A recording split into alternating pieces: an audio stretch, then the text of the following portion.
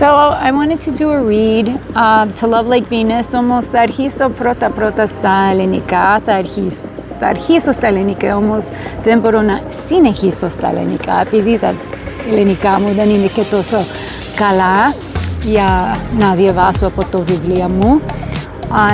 Ήθελα όμως να πω, να ευχαριστήσω την Ελλάδα που είμαι εδώ, να έχω σεβασμό για την γη, για τους ανθρώπους, για την πατρίδα μας.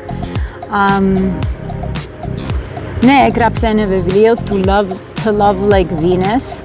Είναι και στα αγγλικά και μερικές φορές το βιβλίο υπάρχει στην Ελλάδα και γι' αυτό ήθελα να αρχίσω στα ελληνικά.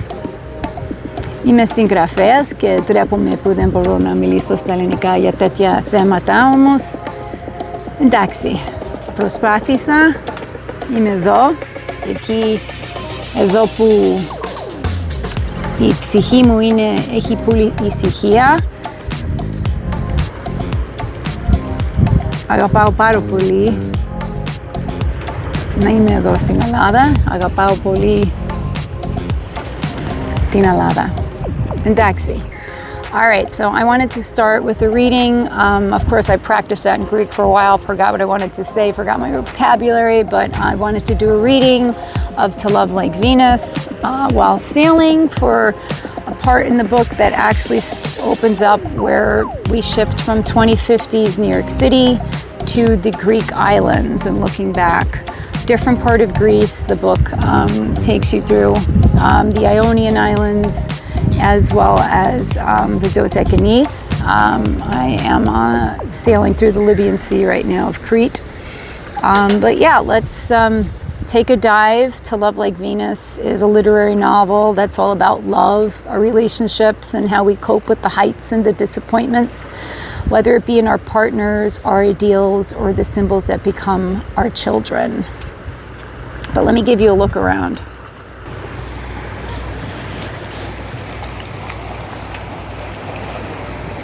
Really beautiful.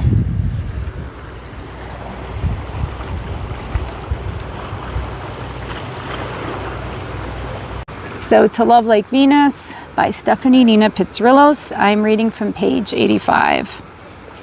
The particular view reminded her more of the eastern gaze of the Dodecanese Islands, with Turkey's glimmering lights just a short ferry ride away.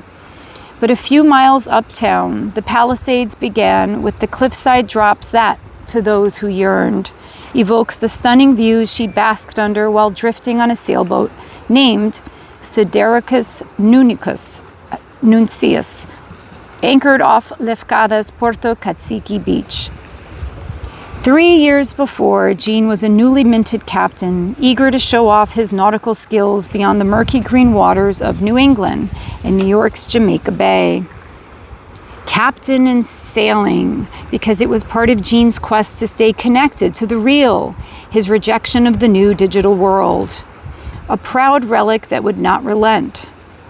The name of the boat itself was a throwback, Starry Messenger in Latin, a publication that described a new way to explore the universe, which Galileo did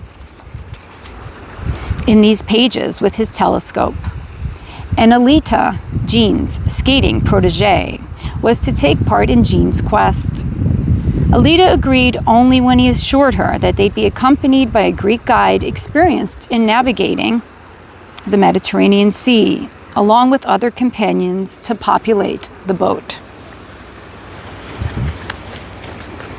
She was caught in a gaze of admiring eyes then, looking out at the cliff that looked like a titan's hand had cracked the mountain in two, exposing its powdered layers of white, yellow, and crimson. Everything sun-bleached, the shore uncharacteristically sandy.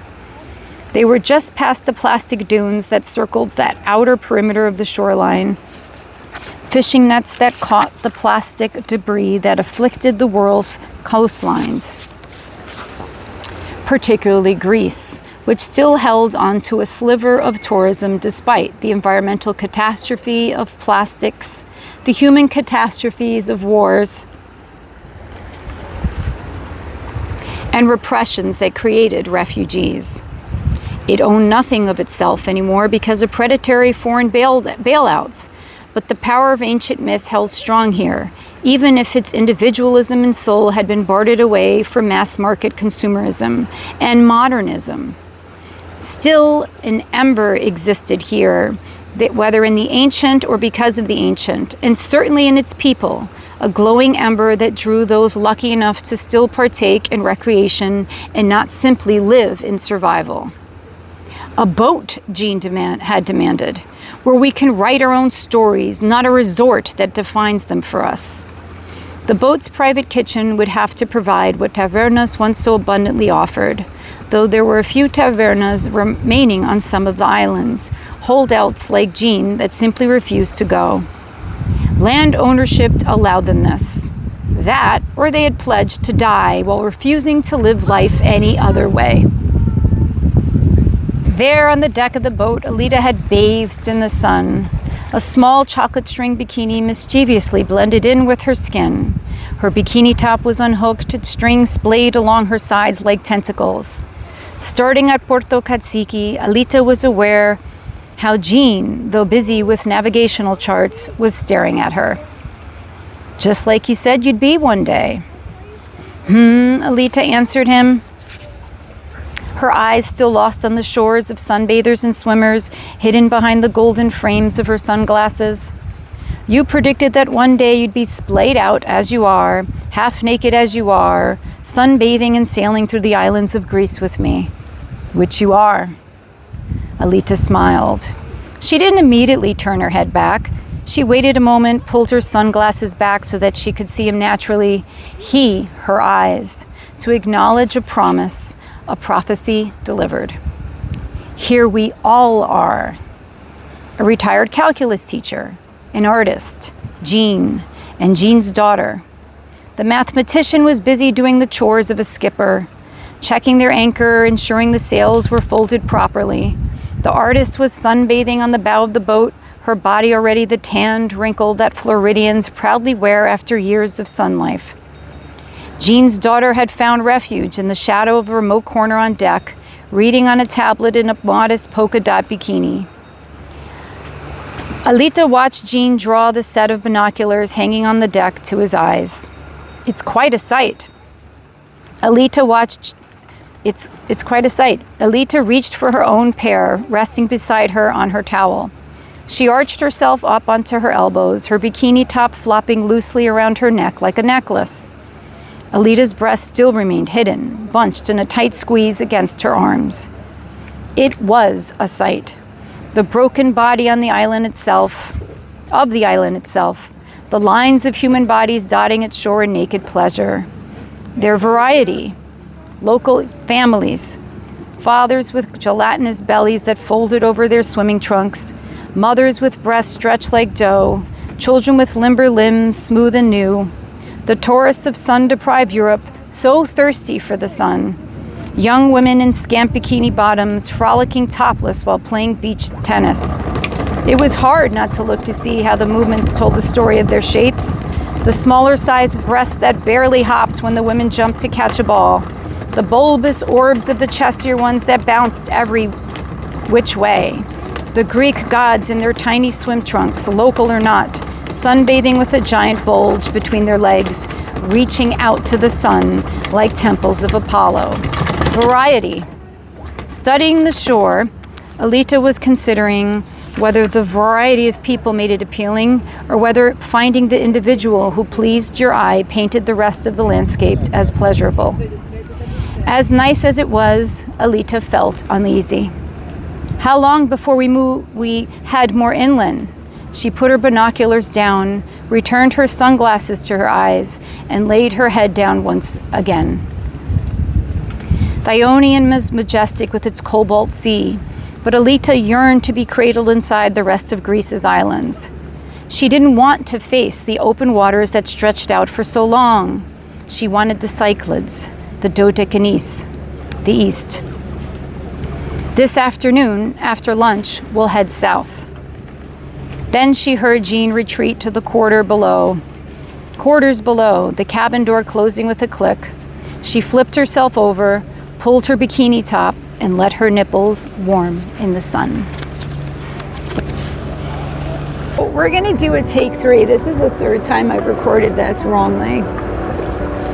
Love Like Venus is a book that's not just about relationships and love and romance, although that's a book in itself. It's very much also about mother-son relationships, mother-in-laws, the boundaries we have as women, the boundaries we don't have, the boundaries that are not respected by men for us. Are boundaries good? Are boundaries bad? But also, and important for why I'm recording this here, the impact of climate change, whether it be in New York City or in the Greek islands. The book takes place in the near future, but deals with some of these changes and problems we're dealing with now, and for Greece in particular, with over-tourism,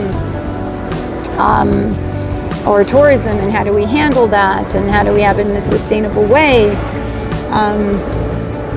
and the changes in climate and how that affects local life, and etc. So literary fiction, but also romance, but also sci-fi with near future setting themes. Particularly, I'm recording this in Sfakia, as the captain explained to me, area in Greece very proud for staying true to their roots, not being so quick to sell out to tourism, and being proud of their identity. Very layered concerns and issues, but good for them. Bravo to them for being true to who they are, and being the fierce resistance fighters of Greece, of Crete. And yeah, so I wanted to thank libraries. Thank you so much. I think you've been the biggest purchasers of To Love Like Venus. It's a big honor. I just found out the book is now carried in the country of Oman.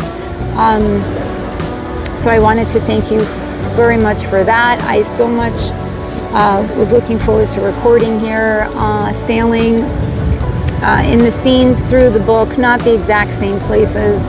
I should probably listen to my book's own advice and get off my device and live in the now, which I'm about to do. But I wanted to say how much gratitude I have for being here, as I carve out a more permanent life for us in Greece. You're gonna get a New Yorkican in Greece. Well, you've always had a New Yorkican in Greece, but I'm bringing some sazon to the opa, as we say, or as I say. But yeah, thank you so much for being part of it, and filakia. Me encanta.